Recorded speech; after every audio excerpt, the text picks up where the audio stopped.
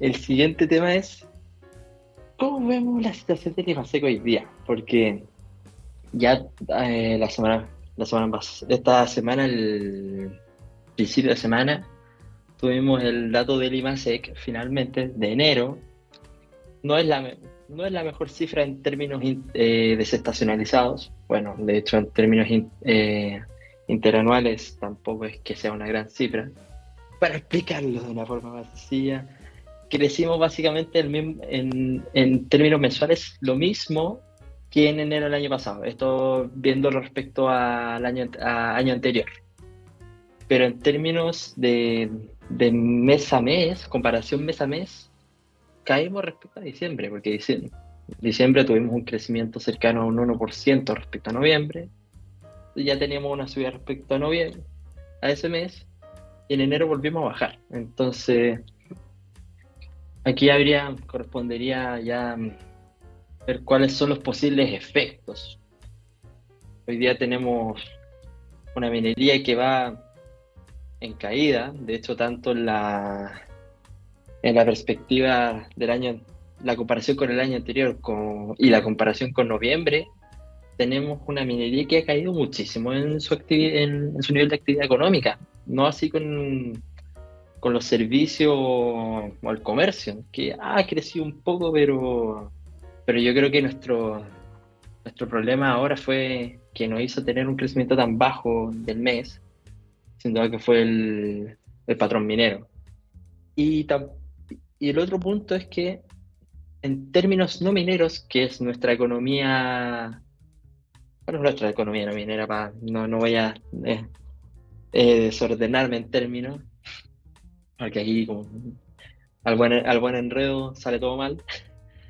El, la actividad económica del IMASEC no minero nos fue más o menos bien respecto a enero de 2024. Y en términos desestacionalizados, nos fue mucho mejor que considerando la minería. Entonces, la pregunta aquí es, ¿qué se viene a futuro? Ahora que tenemos como decía una economista española, a nuestro amigo naranja, don Donald Trump, con los aranceles, que eso lo tocaremos después. Incluso si dejamos fuera el factor aranceles, el desarrollo de la geopolítica y las estrategias que ha tomado Estados Unidos, ¿cómo van a hacer cómo va a impactar eso en la minería? ¿Cómo nos va a afectar en términos de las exportaciones toda esa incertidumbre que se está generando a nivel internacional? Y, y cómo eso también genera una contracción a nivel internacional y en consecuencia nos rebota de una manera amplificada. Ahí, Alfredo, no sé, sí, yo creo que puedes dar un poco más de datos, pero al menos yo creo que esto es un buen contexto para ver qué va a pasar con las cifras de actividad económica en Chile, que se van a ver mermadas con todo el contexto internacional. No, no, no, bueno, básicamente muy parecido desde mi punto de Pero vista. sí, Desde mi punto de vista, el diagnóstico es muy parecido al tema del sistema político, ¿no? O sea, qué toca hacer? Toca ver el vaso medio lleno, ¿no? De que en términos interanuales se creció 2,5%. ¿Está bien? Sí, está bien. Lo que pasa es que el PIB potencial es muy bajo. ¿Ya? Entonces, del otro lado de la moneda no está bien, porque 2,5% no te da para generar más empleo, para generar aumento de salarios reales, no da para aumentar la productividad ni un montón de cosas que es necesario para una economía emergente como Chile.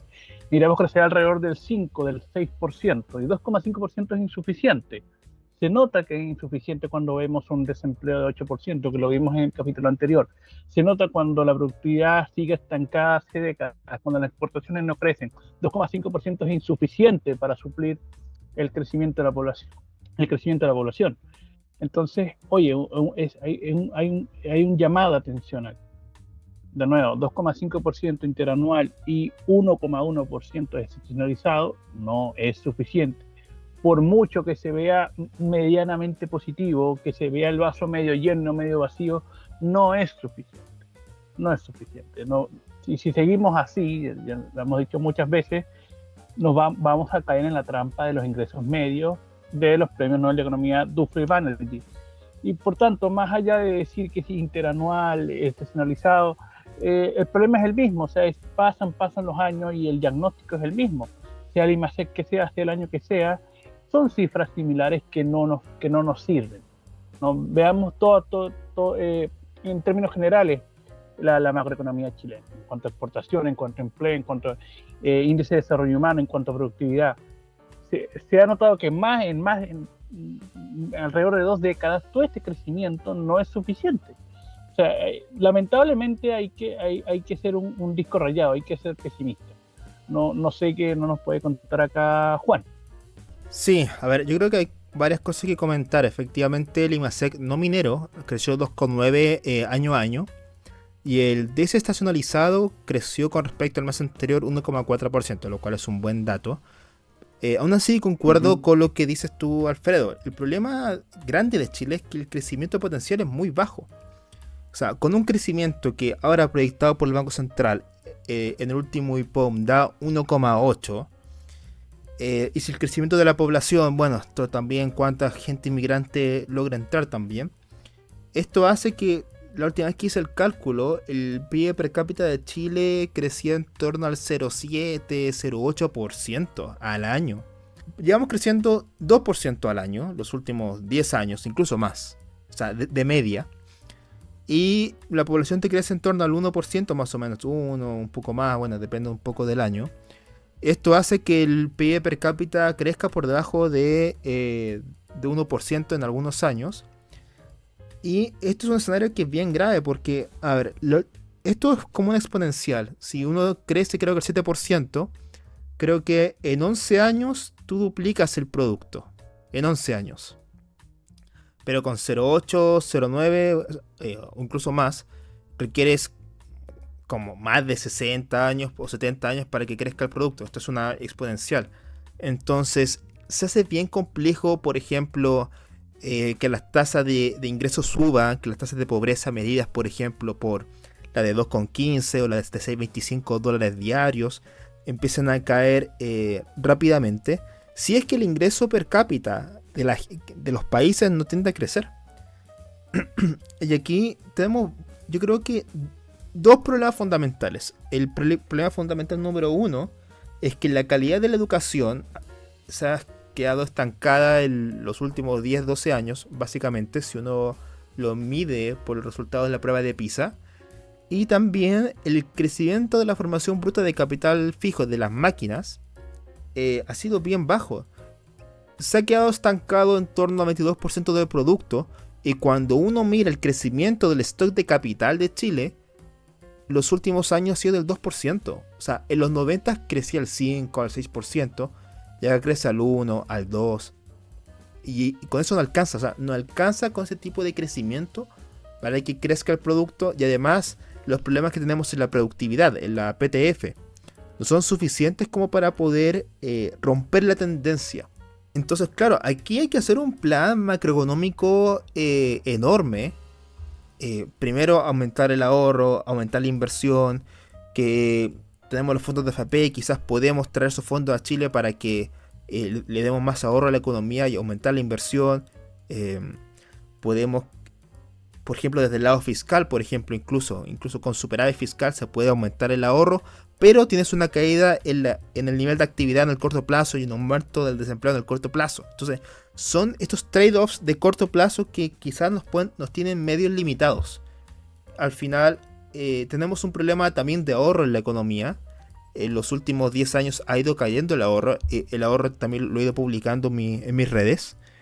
Y con estos niveles de inversión no vamos a llegar a ningún lado. Y con el problema de la educación, o sea, la educación, el factor trabajo es el otro factor más importante que hay, además del factor capital. Y con los niveles de educación no vamos a llegar a ningún lado. O sea, tenemos que aumentar primero el gasto en educación primaria y secundaria, y también en preescolar. Mejorar la relación o la cantidad de alumnos docentes, que la infraestructura sea acorde a un colegio, digamos, de primer mundo. y que no sea parecido, no sé, pues, a colegios de Sudán o de Bangladesh, que sean colegios, digamos, acorde a lo que queremos proyectarnos como país.